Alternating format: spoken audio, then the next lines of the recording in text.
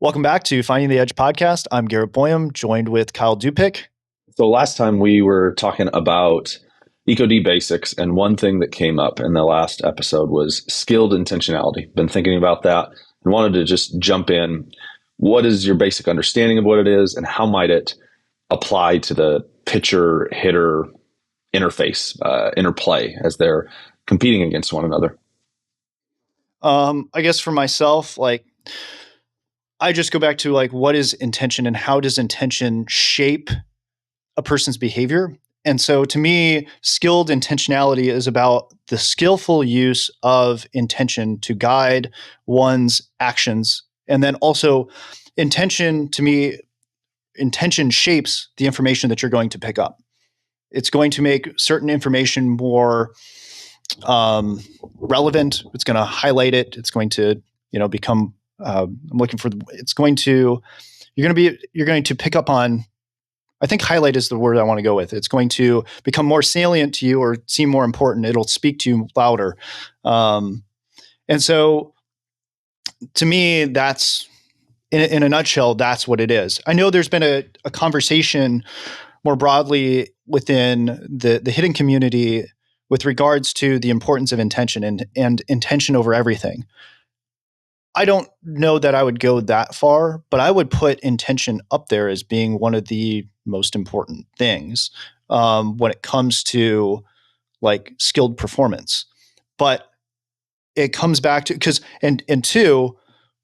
it comes back to you still need to have the specifying information within the environment that you can connect to and couple your movement to. And your intention is going to guide what your body is going to self-organize around. So for me, that's kind of my thoughts on what is skilled intentionality. So how about yourself? What have you been thinking about with regards to what is skilled intentionality? I think I've struggled from a pitching standpoint, again, thinking a little bit about pitching. Certainly there's tons of information that you can connect to as a pitcher, but it's not quite as in the moment, so to speak, as hitting, that you're essentially responding to something. You might be responding to a previous event, but I have been thinking from the hitting side, and when I've had a hard time getting hitters out, it often is because you're having to get them out in the zone, and there's no pitch that can beat them. Those are kind of the two things. They seem to always be able to connect to the what is, connect to the pitch that you're throwing to them, and either fight it off to survive for another so they can sort of recalibrate and square something up. And the easiest hitters to get are the ones who seem to either have no plan or too narrow of a plan. And yet, I guess I'm wondering and struggling. I've seen so many people who get better with having more clear intentions of what they're trying to do at the plate. And yet, if I'm keeping as many affordances open for me, but I'm only looking for a fastball inner half to crush, I'm going to miss opportunities because my intentions are so narrow. And so I think those are the things that I'm wondering about, and that I think would be helpful to have a conversation about is what does it look like to have clear intentions at the plate? Because it seems undeniable that that's helpful, and yet not be so narrow in them that you miss other opportunities, or the pitcher can then exploit, well, he's only looking for a fastball, so I can spin him, calibrate him to something soft, and then go back to the fastball, and he's not ready for that because, sort of in the back of his mind, or however you would say it, he's thinking, oh man, is he going to keep throwing that curveball, so to speak? So I think that's what's really interesting for me as a pitching coach, how I try to get hitters out. What do you think is better? What kind of intentions do you have such that you're not so narrow that they can then be used against you? And I think for me, this is where an ecological approach is really helpful. And so one thing that I didn't mention when we were first talking about skilled intentionality or just intent, there's a couple of different things. There's so many different places I want to go. On the pitching side, intent has been around for a while, right? Intent, the idea of intent revolutionized the pitching like pitching development. And I think it was Paul Nyman who basically popularized the idea. And I believe he was, having interacted with him and seen some of his work, he is familiar with the constraint-led approach. And although I don't think he fully understands it, because I had a conversation with him offline with regards to something that he had posted, but intention is a constraint. And it is, and when we talk about, so I brought up self-organization. So the body will self-organize because, like you don't think, okay, I need to move my arm exactly here. And then at this time it needs to, and then my hip at the same time needs to, like, that's just too much work. And so the body will self-organize around the intention that the system has and will configure itself in such a way to achieve the intention that the body has. So with Paul Nyman, what he was really helped, popularize was this idea of intent, and that through intent, we can develop velocity. At least that was my interpretation of, like, I think it goes way more than that, and he might have used it in other ways. But what I remember once I started going to like Pitchapalooza and all these sort of things, and like with Driveline, intent was the driver of driving velocity. And so you can begin to see how the system will self-organize around this idea of like, okay, I want to throw hard. So then the system will begin to try to figure out how to organize itself to throw hard based around that intention. So where I'm going with this now is, okay, so it's a constraint, and that constraint affords the body the ability to figure out how to execute whatever that intention is. And so the next piece of how I begin to think of it is like a good intention is one that is an enabling constraint, or one that constrains to afford. And I'm pulling this also from what I've learned about heuristics. Now, one of the guys who's at Driveline, I think it was what's his name? You sent me his stuff. He's a javelin thrower. Kreider. So in one of his posts, he mixes heuristics with the CLA.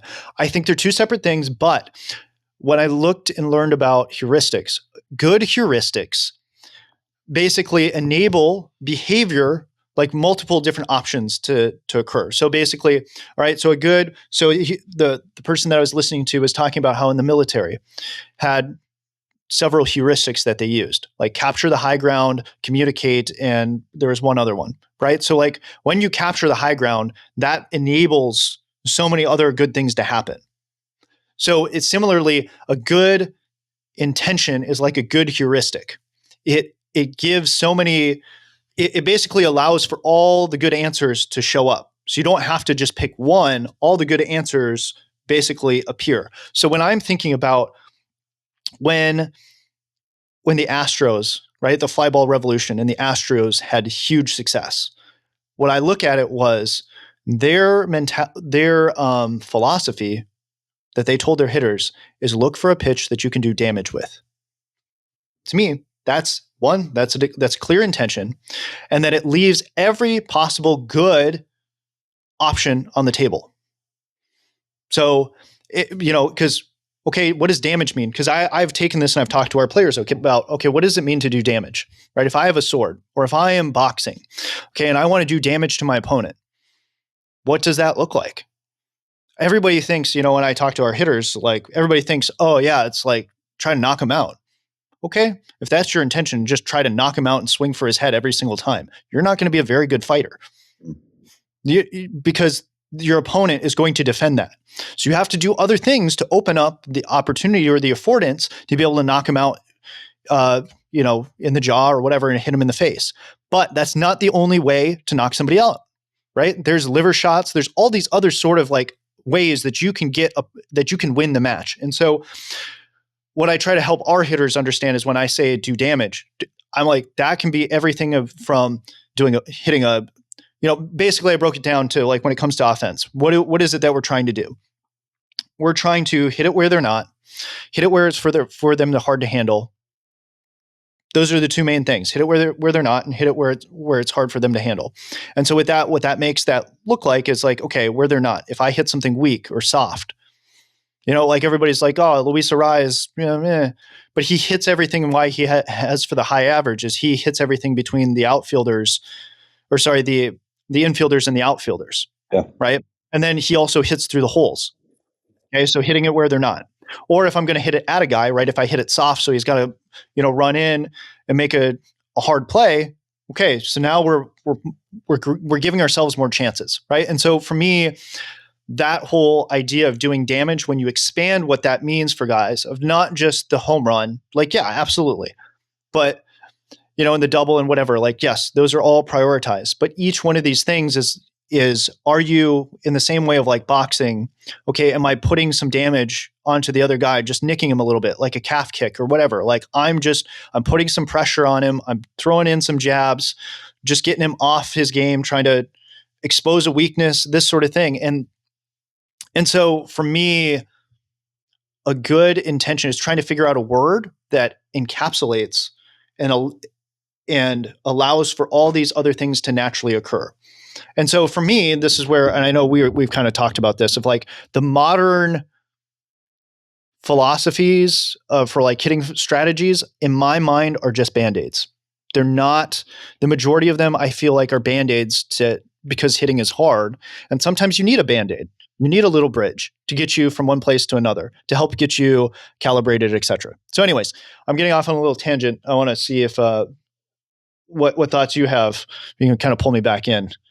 I wrote two things down that I think were really, really good that you could either pick up to continue to expand on. But you talked about a good intention as one that constrains to afford. And I can't help but wonder if at times when we're trying to be clear about the intentions of the at-bat, let's just keep it in the game environment, then as I was asking, if the intention that you're helping them set is causing them to be too narrow, to look for only one pitch in one zone, that sounds to me like constraining to constrain, right? Like I am looking for this solution to emerge. And whereas if, as you're saying, you could set intentions to constrain to afford, right? Like how can you constrain them to say no to the bad affordances and to say yes to more of the good affordances as you are identifying? I think one challenge, and you can speak into that, and this is that, do you lean into what they're great at, right? You see this in the bigs now, and we're surely going to change at some point because the league will constantly adapt. But you're seeing like, yeah, we'd rather have a guy who hits 270 with 30 bombs than a guy who hits 310 with 8 or 12 bombs, right? Because one of those does damage in a way that helps us score more runs. And so I think that's the other piece to this, right? Like I think in theory, absolutely constraining to afford. I really appreciated that line. And yet then my backup question to you would then be, do you try to lean into somebody's superpower, so to speak, the thing that they're good at, like a Luis Arraez, right? And you just kind of let them run with it? Or do you continue to try to, like, what would you do with him, right? Like he's really good at that and he's not going to magically, there's famous stories about Ichiro being able to hit dingers when he wanted to, but he didn't want to. And so just kind of interested in you to speak into that, because there's so many players that it's like, would we be spinning our wheels trying to make them into something they're not, instead of leaning into the thing that they're very good, which might be a power hitter, right? And so a couple of places I want to go. I want to bring me back to that point. If I forget to get there, I first want to go, and I think we have to discuss what are affordances, because in my mind, you have to, just like people didn't think it was possible to build velocity, like it was just a God-given thing. You either had it or you didn't. They didn't think you could develop it. I think that's a similar thing of like people think that hitting so hard that you have to sit on a pitch or whatever. Mm-hmm. And what I think ecological dynamics tries to say is that you might not need to. And this is what I've heard when I went to Pitch 360 and I was sitting there and I was listening to all the professional pitching coaches that were there speaking at the event. What they said is that the best hitters do not sit on pitches.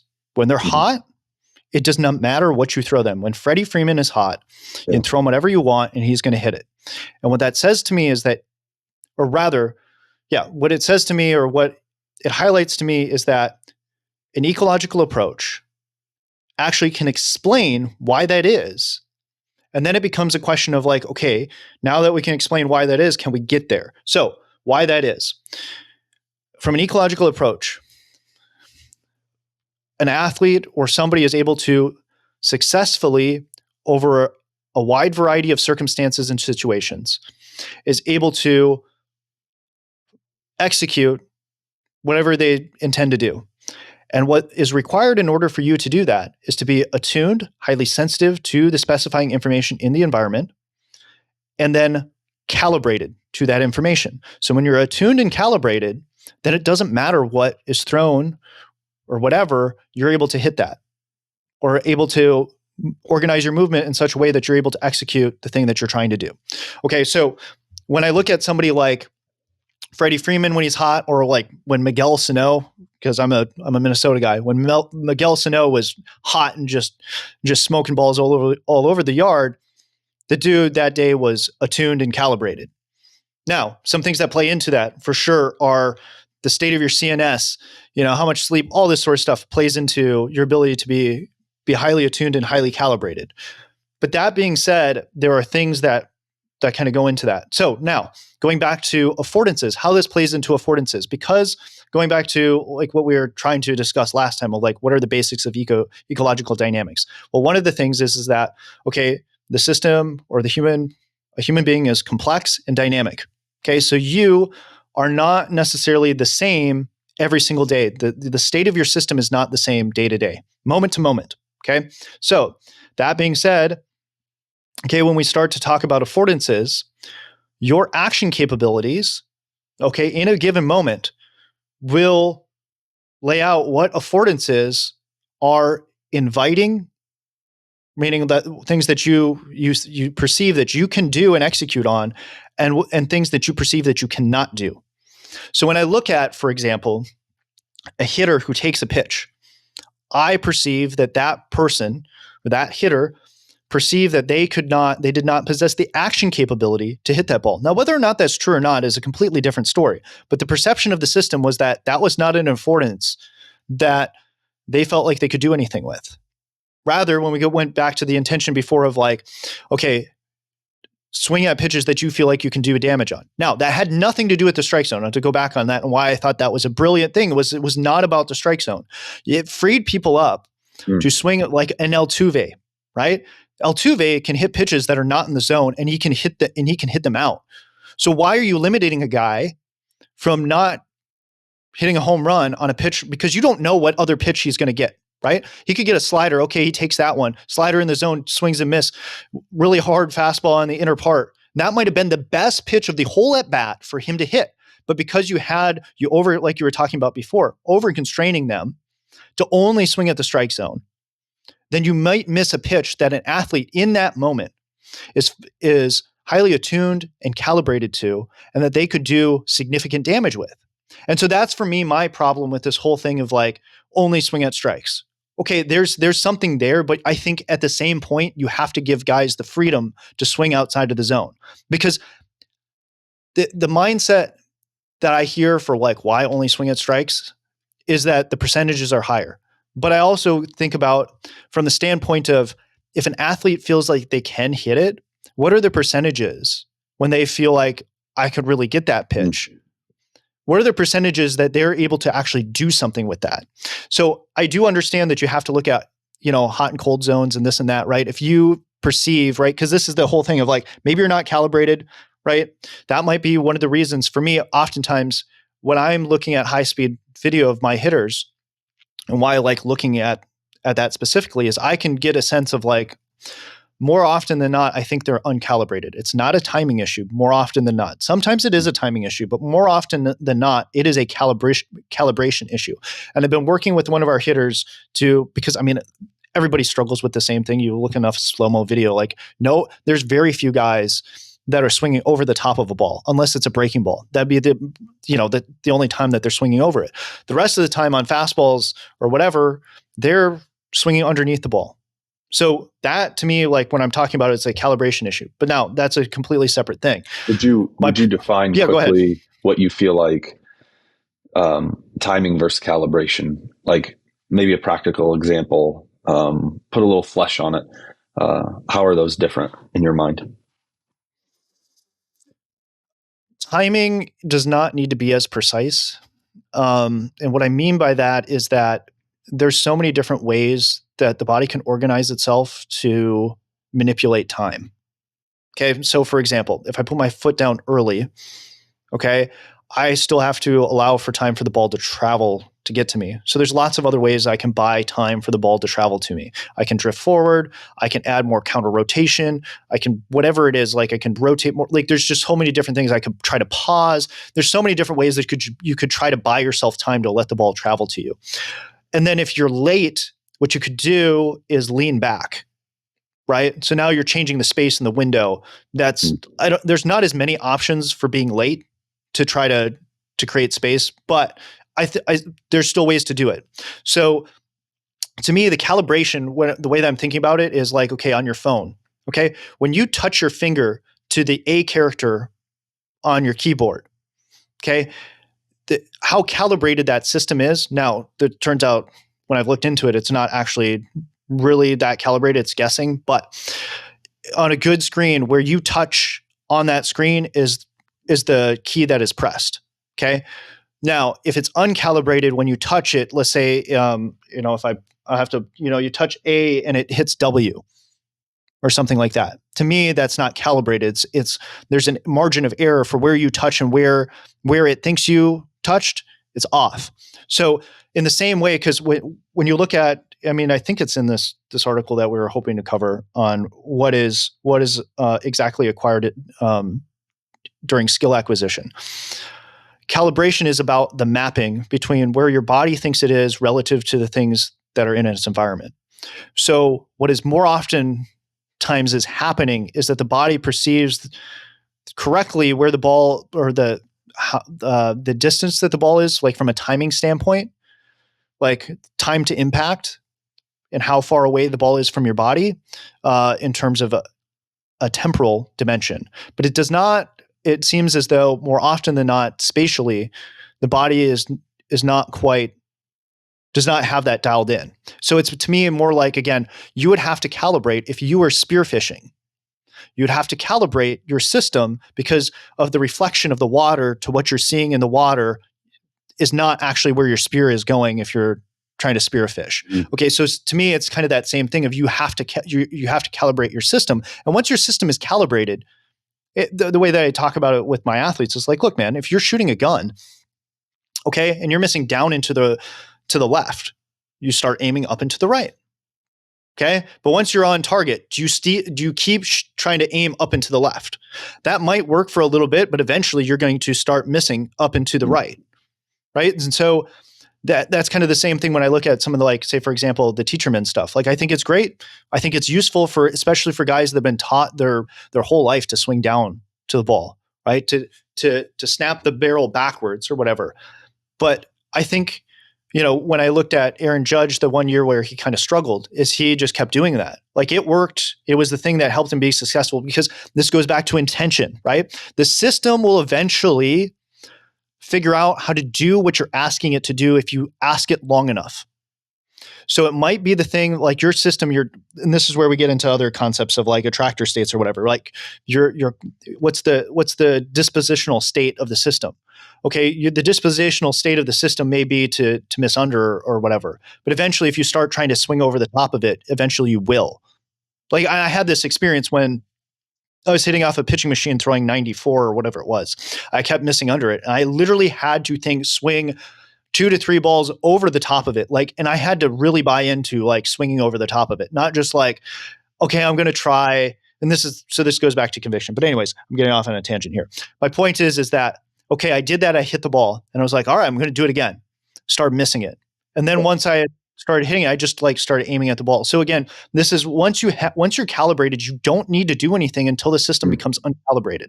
So when an athlete is highly attuned, meaning their nervous system is highly sensitive to picking up the specifying information in the environment and connecting and coupling the movement to it, and it's calibrated, great things happen. It's almost like you can do no wrong. And so that's kind of the thing of like, it don't matter where a guy throws it. And so the question becomes, how do we help guys get attuned and calibrated to be able to, so that the mapping is one-to-one.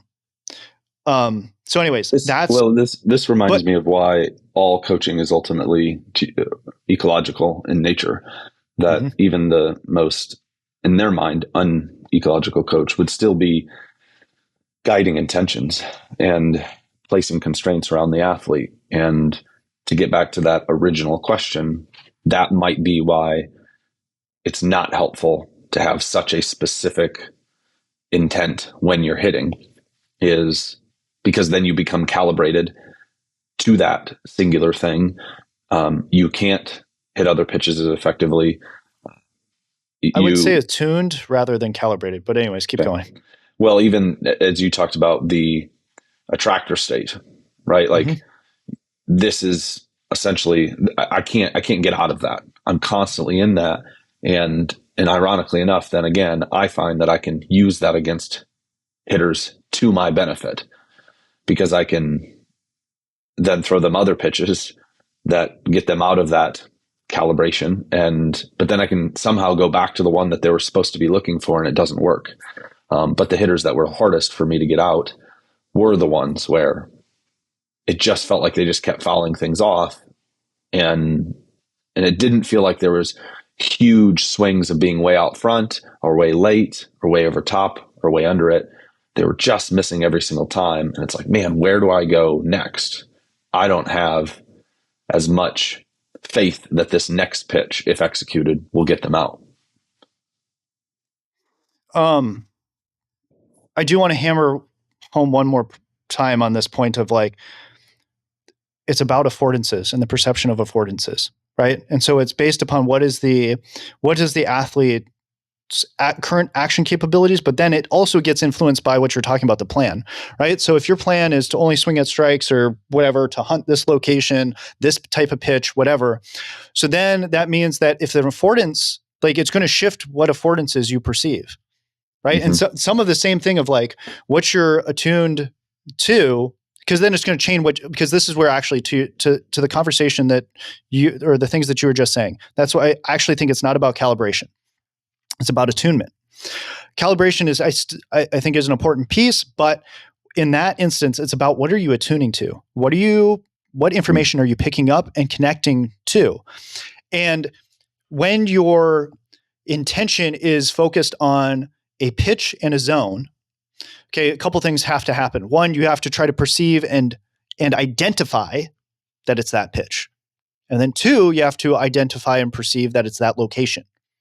Now, these things are somewhat useful, but like when you start looking at the research, you want, what's generally most helpful are some form of external focus of attention. Okay, so this comes back to, again, other basic ECOD concepts, all right? So out of that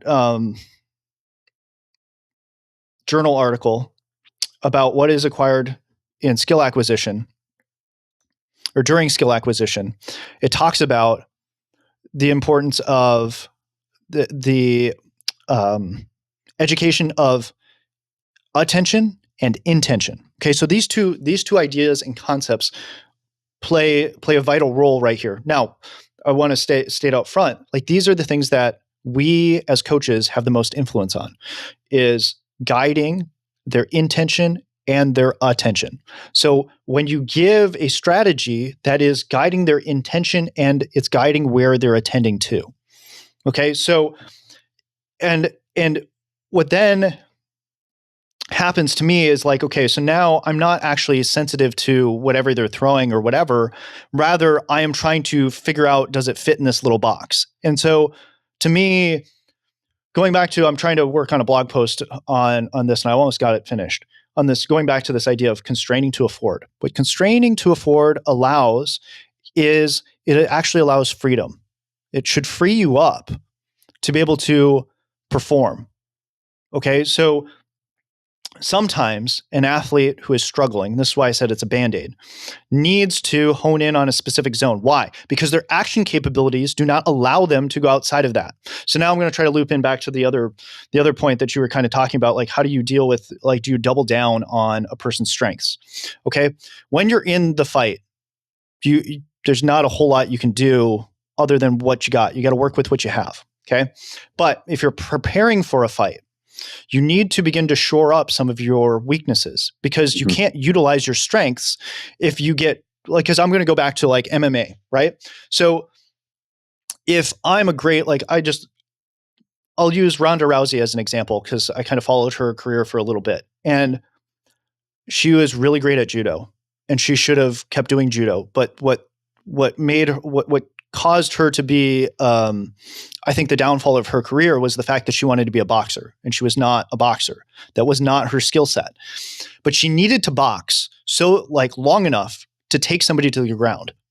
And so in the same way, in my mind, when we're talking about like hitters or whatever, you need to have a secondary, you need to so for example, my buddy who's learning, who wants to be an MMA, his big issue is like he's great at boxing, but he's not so good at the grappling. And what he needs to develop is he doesn't need to become an elite grappler. He needs to just be able to defend the ground game so that he can stand up and box and do what he's good at. So in my mind, we may never make you elite at what you're not elite at. You should maintain your strength, but you need to shore up your weaknesses so that you can survive long enough so that you can utilize and maximize your strengths. That is at least my thought process, because I think it's too much a big of an ask to ask somebody, or even to think, I think it's too pretentious. It's not exactly the word I'm going for, but like, it's too pretentious to think like I can come in here and I can make your weakness your strength. But Right. this is the other thing too, is if you spend all your time working on a weakness, you may lose your strength. Your strength may diminish. And so Yeah. then what are you left with? Like, then you're kind of just average. So I think my thought process is that, how I think about this is that my job as a coach is to make sure your strength stays your strength, but we shore up your weaknesses enough that we make it feel like, say, for example, right, they used to do the shifts in a bunch, right? So like, Stanton and Joey Gallo, right? They'd shift hard on those guys.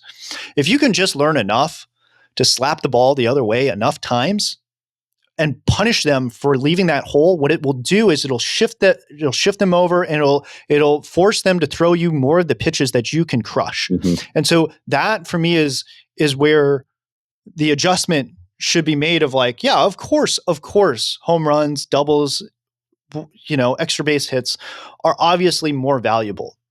And this comes back to the same thing with like the pitching side of like, yes, obviously your best, throw your best stuff. But if you only have one pitch that's good, guys are just going to train for it and be ready for it. Yeah, okay, everybody can hit a fastball. It's going to be the case, and it's already been the case of like, I think I remember hearing Justin Jefferson being like, yeah, I practiced this guy's slider before I got up there. And that's, in the cage in the tunnel before I went out there, and boom, I got it and I hit it.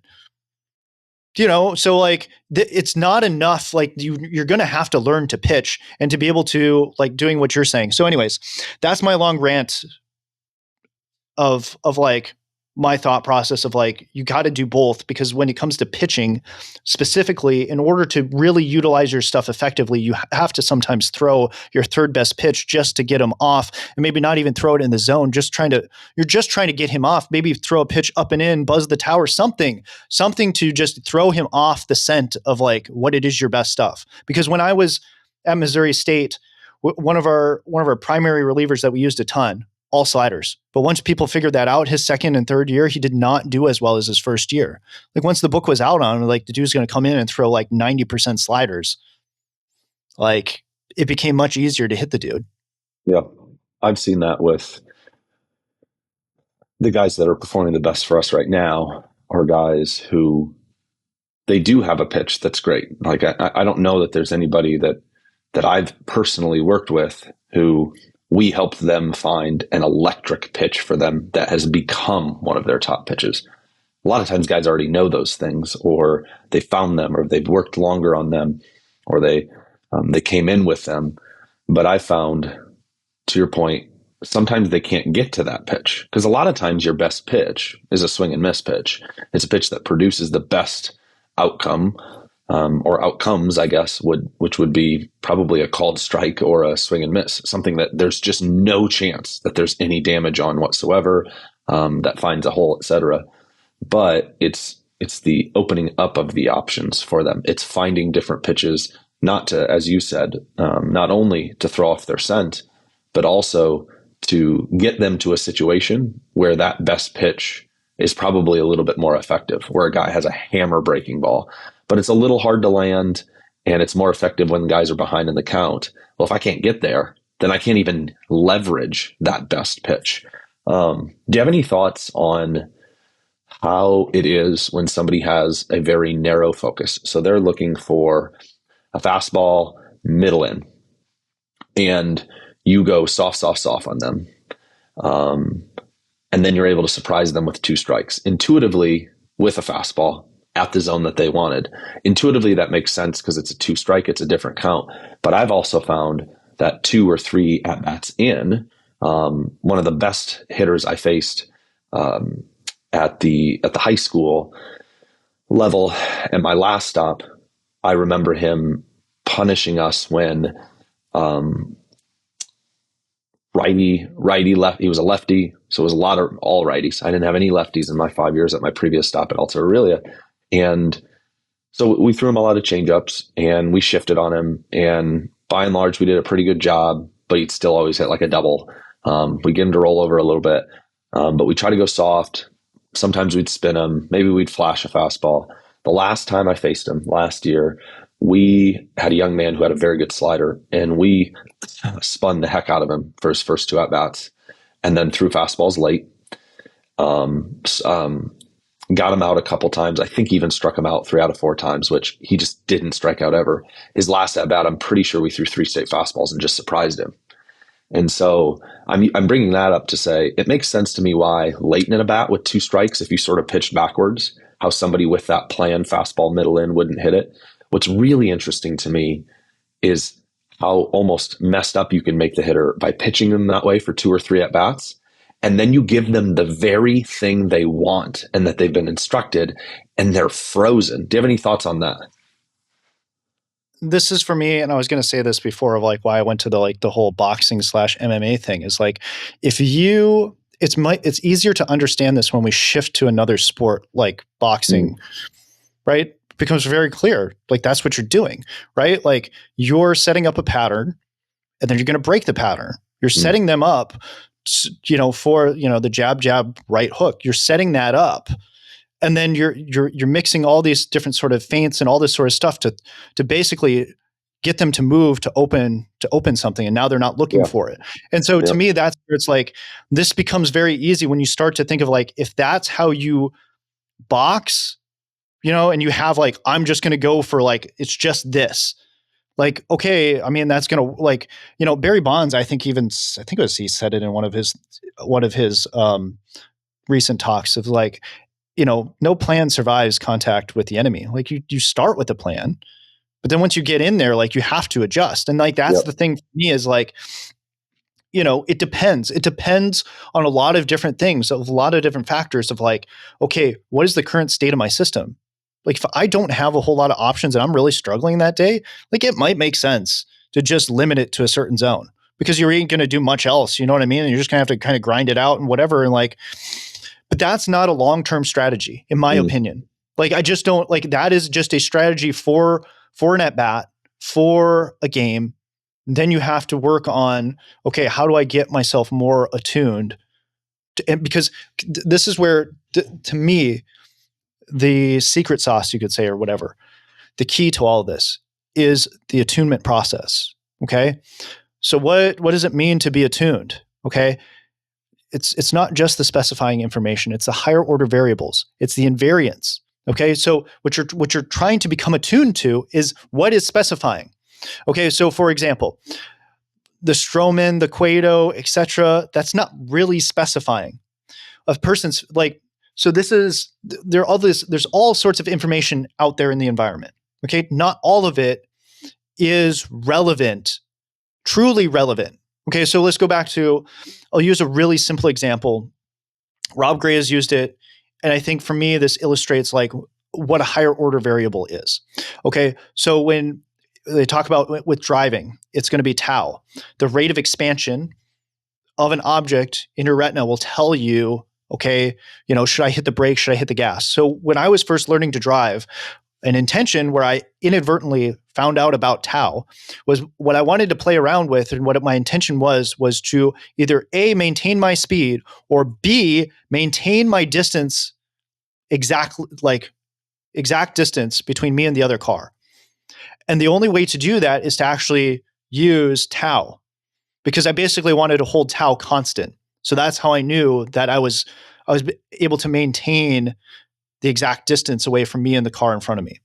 Okay, so it was not the brake lights, right? So many people drive around looking at other people's brake lights, and then like the rate of expansion is like really quick, and then you make all your adjustments super late, right? And that's not using, that is less specifying information. Like it's kind of specifying, but it's not the higher order variable. And the higher order variable is the thing that basically across all situations is the most relevant information that like will get you the answer basically all the time. Okay, so it's kind of in the same way of like, how do you identify a tree? Like what makes a tree? Because this is like when in the research or whatever, when I'm like reading J.J. Gibson and he's talking about what is an invariant, right? It's like, it's the thing that makes a tree a tree. Like every tree is unique and different, but there's something about a tree that makes it a tree and not a blade of grass or a human or a dog or whatever, And so there's an invariant feature that makes a tree and not a bush, not a flower, right? And then there's an invariant that makes a flower, right? And so what we're trying to do through our practice environments, and this is why it becomes really important, like the types of practice environments we develop, is the invariant information present such that the athlete can become attuned to that specifying information or that higher order variable, so that when they get into practice, they're able to handle whatever is thrown at them, and all the superfluous information does not get clouded. I mean, because that's the difference between a novice and an expert. An expert knows what information to pay attention to and when, versus the novice may get all the same information but have no idea what to do with all that information and when to use it, and they'll respond to that information incorrectly. And a lot of it comes back to, in some ways, some of the things are basic heuristics, is generally speaking, right? Like that's for me, like once I started thinking about it, it's like, okay, when we boil this down simply, and like, look, I'm not the only one who thinks like this. I mean, there's so many other great coaches out there that have already boiled some of these simple things down. Now it becomes about helping the athlete attune to these higher order variables or these heuristics that coaches have already, like great coaches have already discovered. Mm-hmm. It's about making sure that those things are present within the environment so that the athlete can become attuned to them. And then once they're attuned, then they can become calibrated to it. But I think attunement precedes calibration in some ways. I don't know if that's always the case, but like in some ways, I tend to think like you need to be attuned first. Like, yep. Because sometimes you are calibrated, you're just not attuned. And sometimes you're attuned and not calibrated. Now it's a hard thing. So I oftentimes are messing with calibration with guys because it's more obvious to see that they're uncalibrated. And so it's generally speaking easier to try to help them become calibrated than it is to figure out how to help them become attuned. Because unless you got gaze tracking glasses, it's really hard to know what they're looking at and when. So now that's not the only perceptual system that's involved in attunement. Like when we talk about being perceptually attuned and perception, we're not just talking about vision. Yes, vision is the most dominant system, but it's not the only one. Your kinesthetic awareness of like where your body is in space is also an important thing to be attuned to. So for me, that's where yes, I mean, there's so many different ways to go about it, but I say all that to say is that where my focus is, or what I wanted to say is that higher order variables are the thing that you need to be thinking about and trying to get them to attune to. Let me ask a couple quick hitters or quick hitter comments back and forth here. So, what is the specifying higher order available? What is the thing within hitting that is it always the ball and how the ball is coming out of the hand and spinning, etc.? Is that the thing that is probably the best higher order variable, or do you think there's something better or other ones to add on to it? How would you quickly address that? I would say it's a twofold thing, right? You need to know where to pick up the ball. So yes, once the ball is in flight, that's important. But if you don't pick up the ball at the right spot, then you're behind. So like that's kind of my thought process there, and which means that the movement of the pitcher matters. Your ability to be attuned to that, but in a way that you're actually attuned to the relevant information, because where what a pitcher is trying to do with their movement is trying to make it hard for you to pick up the pitch and to pick it up late, or to get you to balk on, because some of it, like a lot of it is like, I go back to like when I was catching, right? You have to train out of yourself the reflex to flinch and to get out of the way of the ball. If I want to block it, I have to relax. Otherwise, I'm going to be shooting the ball all over the place, and I'm not going to block it very well. I'm not going to be very fluid, all this sort of stuff. Like that's a trained response. Some of the, like when I was doing my best, when I felt like I was doing my best as a hitter, and this was a mentality piece, was like, I'm not going to flinch. I'm not going to flinch when you throw me your breaking ball. I'm not going to flinch, or I'm not going to let up when you do something weird or whatever. I'm going to stay on it. And this is kind of the thing of like, in some ways, and this is where I know it's hard, at least when I've worked with my players, to get them to understand the connection between doing a sort of like a chase drill, or like, like a receiver, wide receiver type activity where you're having to like, you're trying to defend against a guy moving, because it's the same thing, right? The pitcher is trying to throw you off and trying to shake you. But as a hitter, you can't let the pitcher shake you. That's my thought process of like, you got to stay in there. And like, if you're able to do that, and like, this comes back to like, for some guys and for probably most guys that are at the elitist level, they're pretty calm.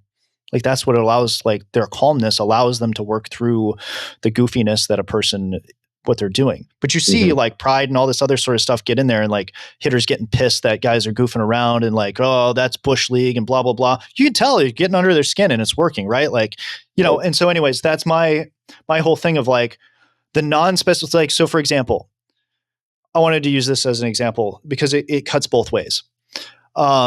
Tipping pitches. Okay. So, one of them was looking at facial expressions.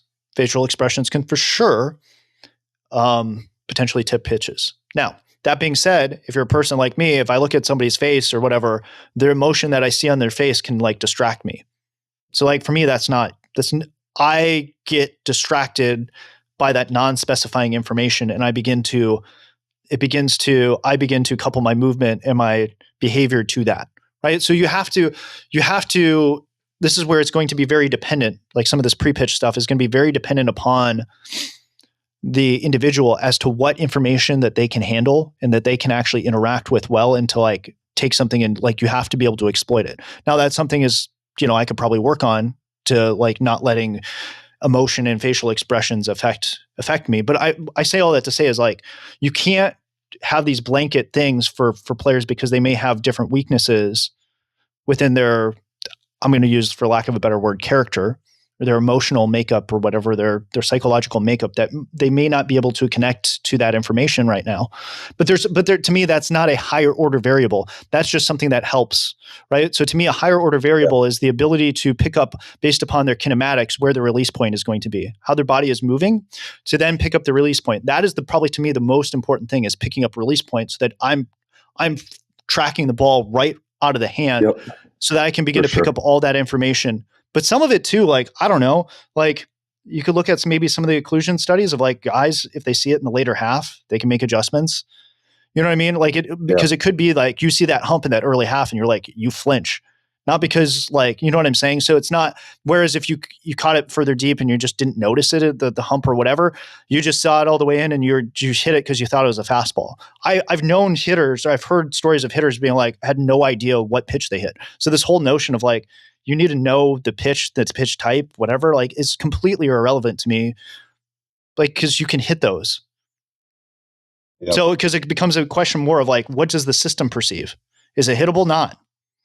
It reminds me of, even myself when I was still a hitter in high school. I can remember when I finally started facing really good pitching, and a poor solution was to pick the ball up after it had been released. Like, I look back at that now and I go, that makes sense why that limited me when I started to play guys that could throw harder and had different pitches. And I remember, and I don't know why, I just felt like maybe I just need to try to be more focused. And so I would try to pick up the white of the ball as early as possible, maybe if they swung it down. And that allowed me to guide my attention to where it was released. And it felt like I had 2 extra seconds to hit the baseball because of that very thing. And it's a little bit of what you said, knowing what to pay attention to and when. And it seems very difficult for hitters to even express that. Like when a hitter is in the zone, as you just said, like their ability to go, well, this is what I was thinking and how, it's like, I hesitate to use the term reaction, right? But like, that's how it's in the modern parlance. And so just trying to connect with the people in that way, I don't think that is the right way to necessarily to go back and try to have a player recall. You were in the zone. What exactly was going on? Sometimes it's going to be very difficult for them to exactly express what was going on because they were so attuned and adaptable in that moment. The thinking part of it, that's what I've loved about the ecological lens, is that it's getting rid of some of that stuff that we all, I think, acknowledge, like, hasn't helped a lot of players when they get too much in their heads, so to speak. Well, we already know this. You know what I mean? Like coaches say this to guys all the time. Is like, and so it's like, this is okay. So now I'm going to go off on a little tangent here, but this is one of the things that I think Sean and Tyler, talked a lot about, and I think it has merit, and this is why it has merit. I don't think people understand this as much of like why you shouldn't walk the fence. Okay, of like trying to apply an ecological approach and then using a traditional model at the same time, because basically this illustrates the point right here, right? Most coaches say you shouldn't be thinking up there, but then we give them these strategies that cause them to think. And it's like we all know, and this is going back to simplifying hitting, since we've been on that topic for a while now. What do most of guys say? Just see ball, hit ball. Duh, right? Like, I mean, this is kind of the thing of like, yeah, I mean, I went up there and I didn't really focus on anything other than seeing the ball and trying to hit it. And like, so this is to me where it's like, how do we get so far away? Like that's ecological, right? When you talk about intentions, that's an ecological intention. Looking for a ball to do damage, ecological intention.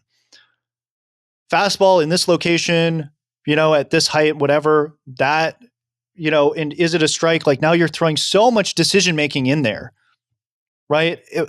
I'm not saying that it can't work for, again, I think certain that's the reason though, right? Like, how did we get here? I think it's because sometimes that simplified approach, which you've identified multiple times, is a good solution for the situation that the person is in, that, it simplifies the process for them. They start to have success, not to get out of it, right? Not to have success to then build upon that success, but they think that is the arrival point. And because I got out of a rut by looking for a certain pitch in a certain location, especially given the randomness of baseball, they stay with that place and they don't allow that to help them adapt and attune more, but instead they just keep doing the same thing over and over. It's like, well, that was never really the answer. It might have been the answer at that point to that specific problem, but now we need to find a new one. Right. And as I'm thinking about this, all the good approaches generally are adaptable, meaning they allow for adaptability within their framework. Whereas hunt fastball, middle, there's not a lot of adaptability to that. That's an easy, if that's your strategy, once somebody figures that out, it's easy to work around that, especially if you're really good at it and your opposition is also really good at spinning balls, throwing breaking balls, etc., or locating fastballs to other parts of the zone that are not the middle. You bet. Yeah. Right. And so like this is where, to me, it's like, okay, those strategies worked when the pitching strategy was throw the ball down away or throw the ball in the middle. I mean, I heard one of the MLB pitching coaches say, like, we just tell guys to throw it right to the middle. I was just like, that makes no sense to me. I understand why it might work for them, but like, it makes no sense from the standpoint of eventually, if that's your intention and you keep it that intention long enough, eventually your guys are going to do that. Because that's just what, like, your system organizes around the intention. And yes, it might take 2 to 3 to 4. I don't know how many years it'll take, but if that's your intention, now it's different, right? If you throw a sinker or whatever, a ball that has a ton of movement, yeah, okay, like that makes sense, all right?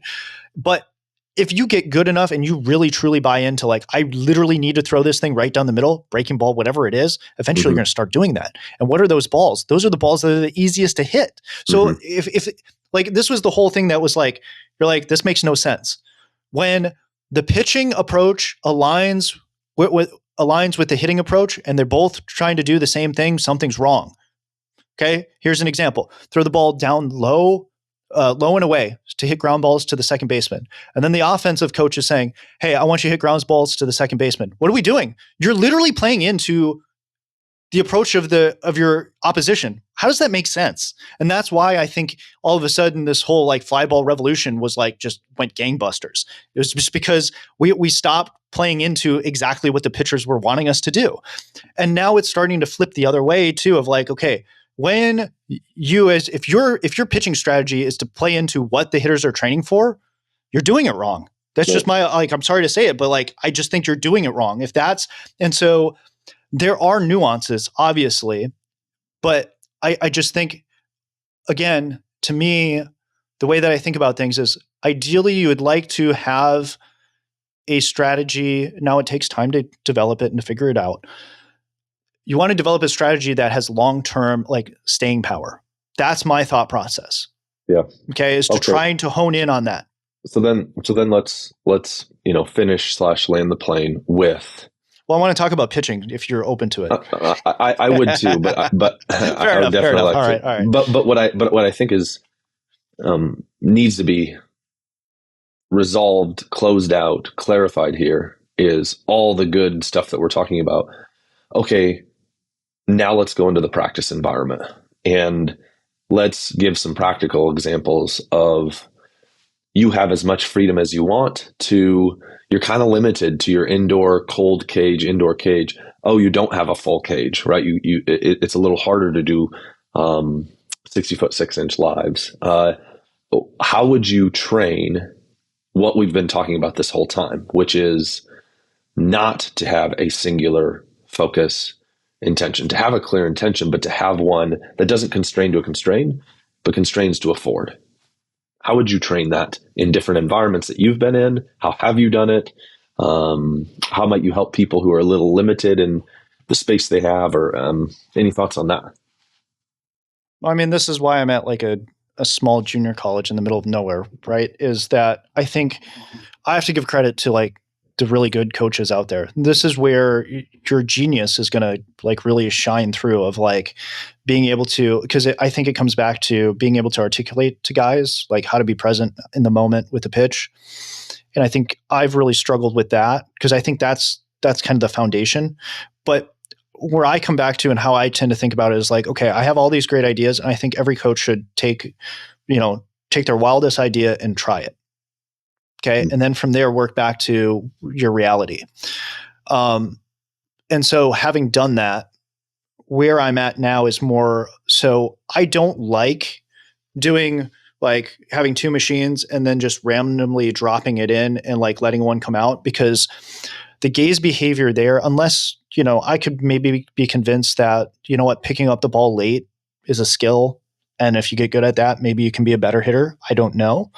I'm just worried that that strategy might not be good for a hitter to develop, having to switch their eyes or whatever. Maybe it is, like, because it actually probably, like, I don't know. I haven't really made up my mind on that, and I don't know how I'd get data to convince me one way or the other, I guess. And so, like, I don't do that, because I'm like, that's not what your gaze behavior is like. So I don't know, I'm just not sure, but I'll do sequences. Okay. So, like, what I'll do is I'll just give guys sequences and they'll know beforehand. Like, I don't, like, it's like, if you know what's coming, can you actually do anything about it?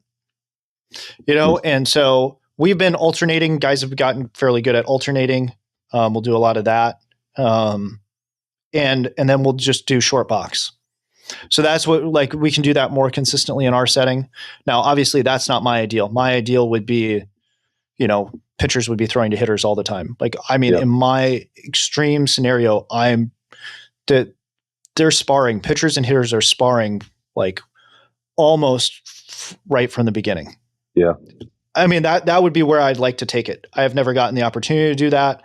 Now you have to prepare guys to be able to do that, all that sort of stuff. For sure. Like, it's not just something that you just, like, tomorrow I'm going to go roll this out and implement this. I totally understand what people are like, you'd hurt guys or whatever. And it's like, yeah, I mean, but if you train them to do that, there's no reason that they can't do this. And, like, there's already enough stuff out there with, like, velo caps and this and that you could probably figure it out a safe way to do this.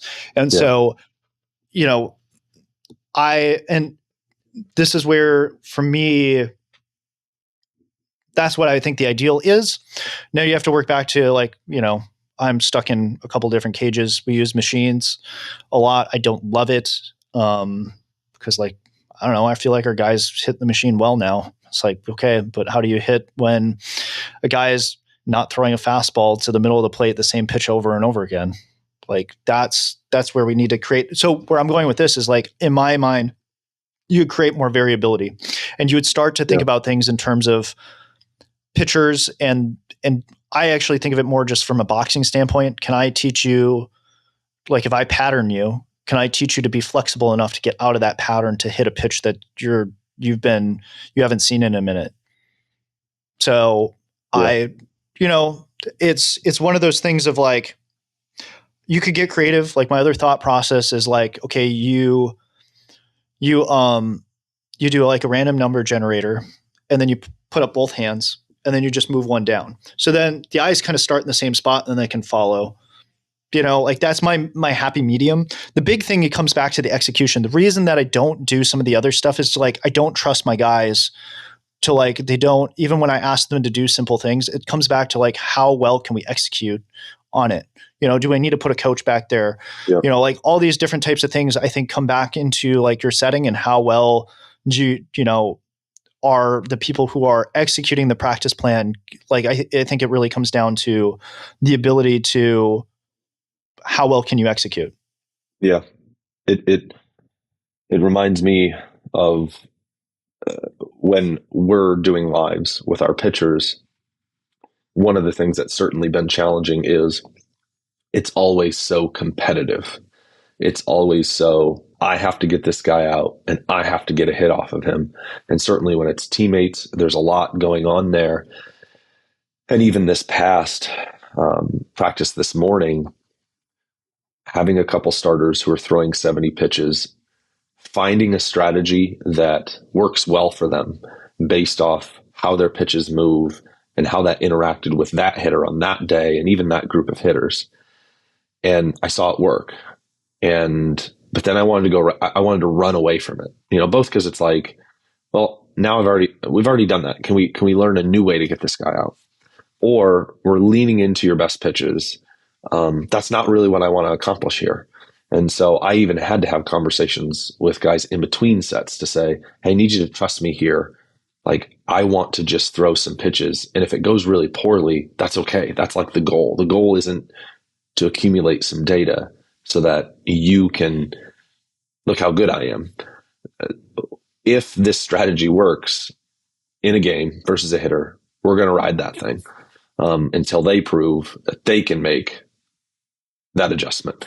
But within this setting, I would like to see you try new things and throw different pitches and see how they interact with a hitter, and potentially see how, one cool thing was getting the pitcher off. And this was where I was calling the pitches, and I had not talked to him yet about, hey, can you just trust me for this next 10 to 12? We're just going to try different things because you're doing great. We don't need to keep doing that, right? You're already doing great. And so it was before I had that conversation. And so I called a bunch of different pitches that he doesn't like to throw. And by the end of the at-bat, he was shaking, which I give them the freedom to do whenever they want. And then he went right back to his solutions that he liked. But even within that, I liked it because he threw 4 straight balls with pitches that he doesn't like. And then he had to, in that moment, go, I just walked. I don't want to throw these pitches. What the heck's going on? And he gets right back in the zone and gets the next 2 guys out on his own. I gave him that freedom. And then I talked to him afterwards about, some guiding intentions for it. But even that was pretty cool because it was like, we're even learning how to deal with throwing 4 straight balls, being a little frustrated, and then going back to like, okay, but I need to execute this pitch and get this hitter out. So I think the underscore, the optimal, if you can have hitters and pitchers face each other, it's really great. But there's a lot to that, that's more than just put them in there and let them run. How you're guiding the intentions of the hitter and the pitcher, how they're pitching. Are they just trying to get guys out, or are they trying to expand? Is it more of a sparring relationship rather than a competitive one? We're doing a little bit of both, where we have a competitive day, and then the next day we have more of we call it exploratory, where it is a little bit more sparring, and the hitters are being instructed not to look for their, the thing that they like the best, but like, can you try new things? Can the pitcher try new things? We're placing less emphasis on that data. We're just using it for environmental construction is what I'm trying to use it for, as opposed to, more of like assessing you. And so there is a lot of pieces to this that I think you highlight.